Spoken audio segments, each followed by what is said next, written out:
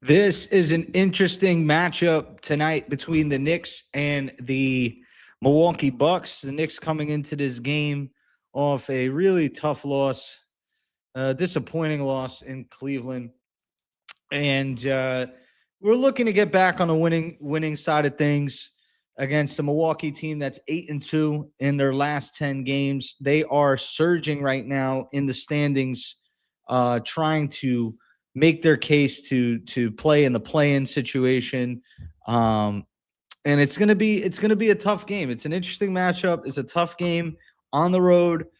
You got a team that's fighting to stay alive in the playoffs, and the Knicks look like a team that's a little bit lax in terms of their principles, in terms of their intangibles, and in terms of their killer instinct. And this is a team that's better than Chicago. They're not as good as Cleveland, but they're definitely better than Chicago. They're not as good as Houston or Detroit, but they're definitely better than Chicago. And you got to watch out. You got to watch out. They're coming in playing good basketball. Now, I will say some of their wins here in the last 10 games have come against some teams that are not that impressive. Okay. It is what it is. They've played who they played and they've gotten the job done. I just want to go through some of the games that they've won. If you're just joining us right now, definitely hit the subscribe button and get this channel into your day to day so you can get updated to your Knicks. So starting back on, let's go to the 10-game streak where the Bucks have been.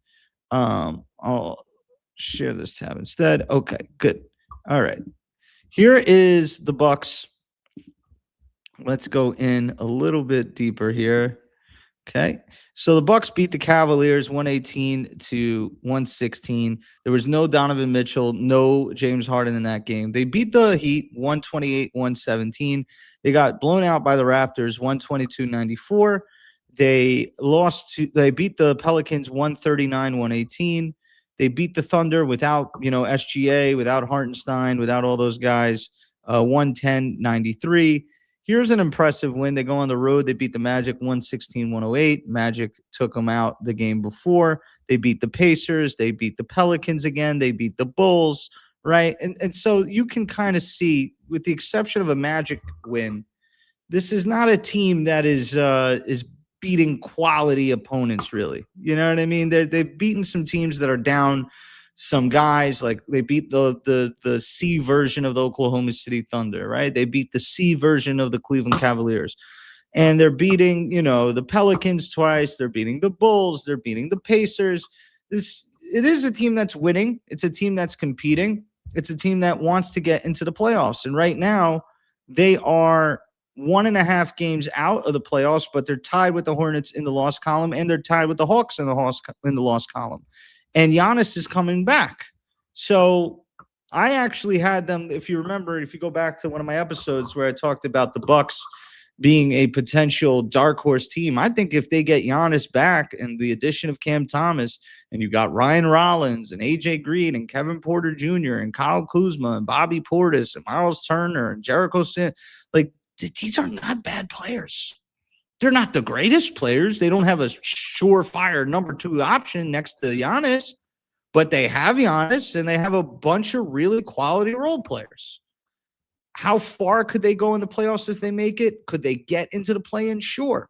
Could they win in the play-in? Sure. Could they win a series? I don't know. But I'm telling you right now, I don't think any team, whether it be the Pistons, whether it be the Knicks, whether it be the Cavaliers, the Celtics, like drawing the Bucks is not as simple as people think it is. And they definitely pose some matchup concerns, especially if they have Giannis in the fold, because you have Giannis next to Portis. You have Giannis next to Turner. It compromises your front court. It makes you have to play big.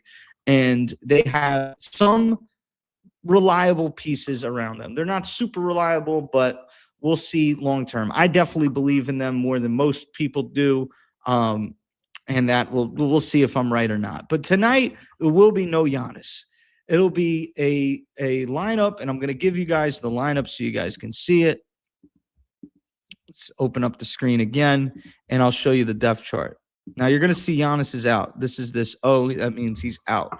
But their starting lineup is Ryan Rollins, Kevin Porter Jr., who's back, AJ Green, Kyle Kuzma, and Miles Turner. Off the bench, they got Bobby Portis, they have Cam Thomas, they have Jericho Sims, they have Usman Dang, and sometimes they bring in Gary Trent Jr. Okay, so they really have a good depth of bigs with Turner, Portis, and Sims. They have pretty good wings with AJ Green and Kyle Kuzma, and they have pretty decent guard play with Ryan Rollins and Kevin Porter and Cam Thomas. They're a pretty well balanced machine, if you ask me. Now, the question is going to be, are the Knicks going to express their dominance on the Milwaukee Bucks? And here is a couple matchups that you have to consider. Number one, as long as Josh Hart is in the starting lineup, you have to consider who is going to guard Josh Hart. Now, in the playoffs last year when Indiana had Miles Turner guarded Josh Hart while actually, I'm not even sure if Miles Turner guarded Josh Hart.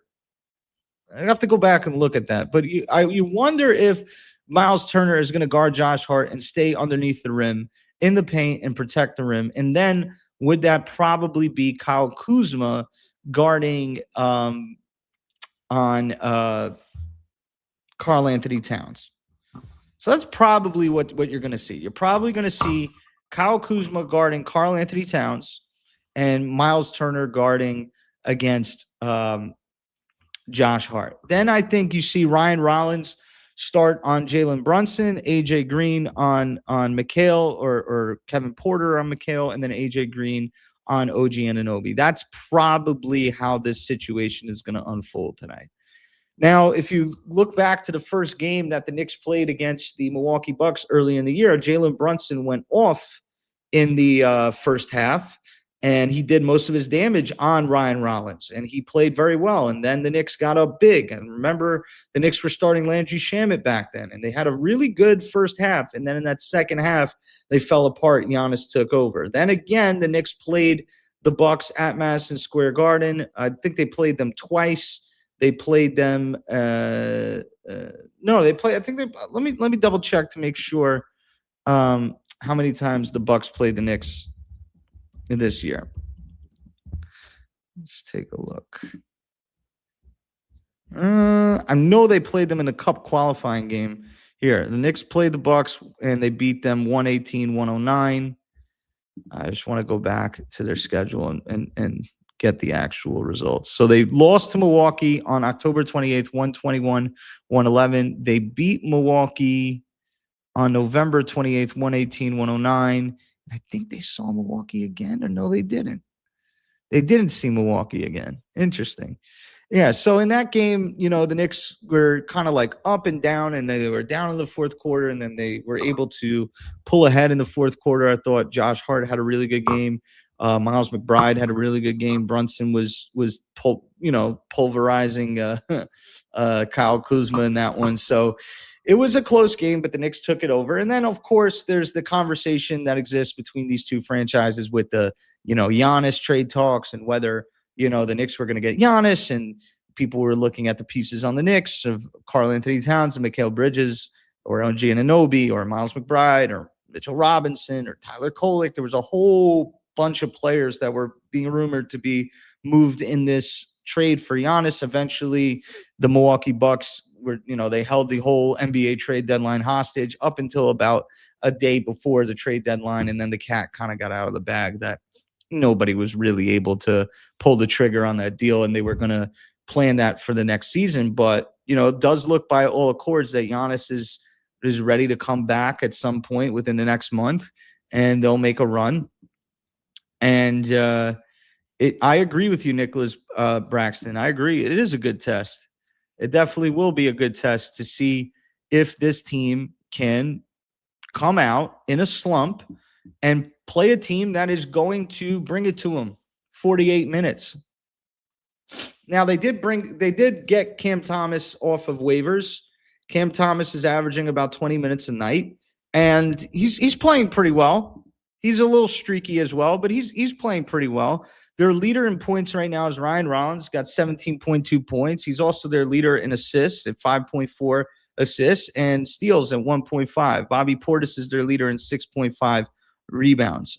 Kevin Porter has played a lot of the minutes. He's averaging 34 minutes, 18.2 points, 5 rebounds, 7.6 assists. That's really good. Cam Thomas, 20 minutes, 15 points, 2.3 rebounds, 1.6 assists. Portis, 13 points, 6.5 rebounds. Kuzma, 13 points, 5 rebounds. Turner, 12.5 points, 5.6 rebounds. AJ Green, 10 points. And then let's look at their 3-point shooting percentage. If I can grab that up here. Let's see if I can grab that. So I'm going to go out here, just let you guys know. I can't see the 3-point shooting percentage. Here it is, 3-point shooting percentage. Let's go here. Let's click their 3-point shooters. Pete Nance, not a guy. Mark Sears, shout out to Alabama, not a player. Ousmane Dieng, a guy that the Knicks drafted technically. I know that the situation with Jalen Duren, but it was the same draft, and the Knicks swapped the picks, and Oklahoma City Thunder got Ousmane Dieng, and then they traded Ousmane Dieng to Milwaukee, and now Ousmane Dieng is playing some minutes right now. He had a really good game against Oklahoma City a couple weeks ago. Bobby Portis, 45% from 3. Taurean Prince is not, I don't think he's active. AJ Green, 42.5% from 3. Ryan Rollins, 41.8% from 3. Gary Harris, 40.8% from 3. Miles Turner, 38.4% from 3. And then going down the list, you got Kyle Kuzma, 33.5% from 3. And Kevin Porter Jr., 32.6% from 3. So the Knicks got to do a good job of understanding who the initiators are, who they can allow to shoot the 3 ball, and who they're willing to live and die with at the 3-point line. So that is something to take note of. They are a team that gets streaky from the 3-point line, but they are not like necessarily the greatest 3-point shooting team. So without Giannis, who's been out since late January with left calf strain, the Bucks have, again, won 8 out of the last 10 games, and they have a balanced offense with contributions from multiple rotation players. And without, the key matchup, the Knicks really got to be locked in, because whether it's Rollins with the hot hand, or Kuzma, or Kevin Porter Jr., or Cam Thomas, or Bobby Portis, or Miles Turner, or AJ Green, it could come from multiple areas, and the Knicks got to be locked in. So a couple group scoring efforts from a couple quarters, and the Knicks might find themselves down in this basketball game. In the recent wins, 7 Bucks have scored in double figures. So that means they're showing more of a collective approach, and they're doing a lot to make up here and there for Giannis's absence. So you got to look at their primary playmakers. That includes Kevin Porter Jr. He's averaging 18.2 points, 7.6 assists, and Ryan Rollins has been consistent all year with 17.2 points per game, and he's under, probably, everybody talks about Miles McBride, he's under one of the best contracts in the league as well. So they're getting steady offensive production. They're still averaging close to 110 points per game. They're 37.5% from 3 as a team, and they can space the floor. They can space the floor, and they can play big. Like I told you, Miles Turner, Bobby Portis, Jericho Sims versus Cat, Bitch, and Hart, I guess you could say. And then we'll see what the Knicks decide to do tonight with Sohan and Diawara. Overall, without Giannis, they're 11-16, which means that they are 26-31. So take away 16 from 31, that's 15. Taking away 11 from 26, that's 15. So they're about a 500 team with Giannis, about on 5 games under 500. But I don't think I even need to do all that math. Could have just looked at the 11-16 part of it. But I think they're kind of like, if they were healthy, they would be in that Magic, Raptors, Sixers range. If they're not healthy at all, they'll probably be a lottery team. But with Giannis here and there, they're probably right where they should be. to me, the advantage comes with Jalen Brunson tonight. I think Brunson, there's nobody that can guard him tonight. Milwaukee doesn't have anybody that can guard him. They don't have a wing that can really stunt his process on the floor. And also, Karl Anthony Towns should be able to have his way tonight. Again, I don't think in the last couple games it's really been Brunson and Towns. I think it's been the others that have really let us down, whether it be Hart, whether it be Bridges, whether it be Anunoby. I just feel like we haven't given our best punch with our top end scorers. But I think Mikal and OG right away, we need to see them hit a couple of their threes and just see them attack as well off the closeouts, make plays in transition, just be willing scorers with the basketball, willing playmakers with the basketball. I don't think I'm asking for too much when they have to attack guys like tonight. They're going to attack, Kevin Porter Jr., Cam Thomas at some points. The guard play for Milwaukee is not, that tremendous. Okay, so I think their strength is in their wings and their bigs and their 3-point shooting. I do not think that they're a defensive juggernaut. And, do they have good rim protection? Yes, they have some good rim protection. But I'm not really fazed by what they have to bring to the table. And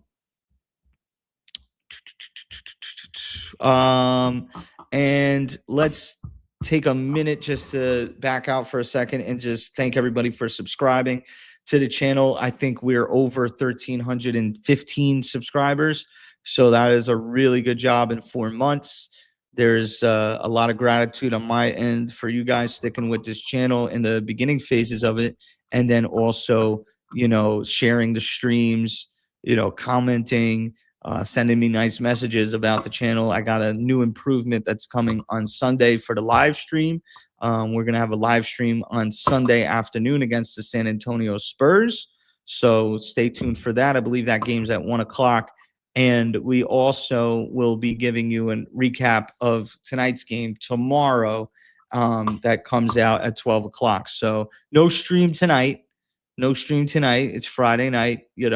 Chill with your lady. Ladies, chill with your dude, or however you do it. And and just enjoy the game. I'll be tweeting like a maniac tonight to see if the Knicks can get the victory. But yeah, that's pretty much where we're at with this game. Let me know in the comments your prediction for tonight's game. I would add that another piece that is important to track is our bench play on the road. Benches traditionally play better at home. Different gym. Guys like Alvarado, guys like Mitchell Robinson, guys like Landry Shamet.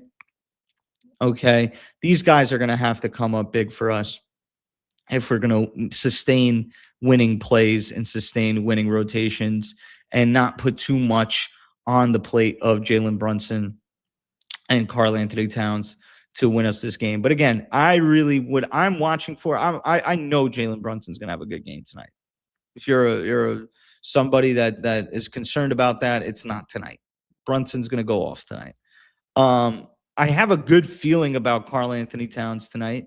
No Giannis there. It's not as much star power, and I think he'll be comfortable, and I think he's rolling right now. I'm just concerned about OG Anunoby in that toe, and I'm concerned. He had a good game against Houston, but he has looked a little bit kind of just off since he's come out of this All-Star break. And I'm concerned about the Nova boys aside from Brunson. I'm concerned about Mikal. And I'm concerned about Josh Hart. I need to get them going. I thought that the Bulls game might be an opportunity to get them going, but it didn't matriculate into Chicago. So with that said, man, take a look at the rest of the videos on my channel for more content like this. We got the Miles McBride injury news, which, by the way, I want to add a little note to that. It was reported by Bondi of New York Post that it was going to be out for the regular season. He had to walk that back. In my experience with Knicks media, the second they get a little too transparent, they probably get the buzz in from the top telling them to like relax a little bit. And I'm not saying that the Knicks beat is like access journalism, but they're definitely not the opposite of access journalism. they're not able to just go in and say what they want and get in the building. They're not able to do that. So they kind of have to walk a fine line. So I think he kind of let the cat out the bag with that one. I still expect Miles McBride to be out for 10 weeks, but definitely take a look at that video. It speaks about it from every single angle of how that move affects this roster. There's also my recap to the Cleveland Cavaliers loss. And there's also my suggestion about Josh Hart, moving him out of the lineup and seeing if you guys would go back to the double big. And I think you're going to see the double big tonight. I think you're going to see that double big tonight because of the amount of 4s and 5s that Milwaukee has, even without Giannis. I think that the Knicks will look to see if there's a spot in the game where they can play Cat and Mitch together. Won't be the starters, but you probably will see that. So take a look at those videos. I got the Miles McBride live. I got the Josh Hart video where I talk about him starting, and I got the Cleveland Cavaliers recap. Definitely watch this one as well. Share it out. This is your Knicks.